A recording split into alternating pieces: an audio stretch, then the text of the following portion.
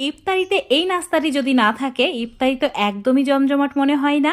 মাত্র 10 মিনিটের মধ্যে তৈরি করে নিতে পারবে এই দারুণ সুস্বাদু নাস্তাটি তৈরি করার জন্য লাগবে ডাল। তো আমি এখানে খেসারির ডাল নিয়েছি। তোমরা কি নামে এই ডালটা চেনো আমার জানা নেই, কিন্তু আমাদের গ্রামের দিকে এটা খেসারির ডাল নামেই চেনে সবাই, আর সেটাই আমি ছোট থেকে কিন্তু বলি। তো এখানে তোমরা খেসারির ডালের পরিবর্তে মসুর ডাল দিয়েও করতে পারো, কিন্তু খেসারির ডালে বেশি ভালো হয় খেতে। আর এখানে প্রায় 50 গ্রাম মতো খেসারির ডাল আছে, সেটা জলের মধ্যে ঢেলে দেওয়ার পর ভালো করে মিশিয়ে নিতে হবে যাতে সমস্ত ডাল ভালো করে ভিজে যায়।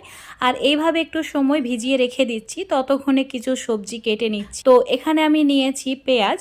তো পেঁয়াজটা একটু ছোট ছোট টুকরো করে কেটে নিতে হবে, মানে যে পরিমাণে তৈরি করবে সেই হিসাব করে পেঁয়াজ বা অন্যান্য সবজি নিতে হবে। আর নিয়েছি ক্যাপসিকাম। এমনটা কথা নয় যে আমি যে যে সবজিগুলো ইউজ করেছি সেগুলোই তোমাদেরকে দিতে হবে, নিজেদের পছন্দ মতো কোনো সবজি দিতেও পারো আবার না দিতেও পারো।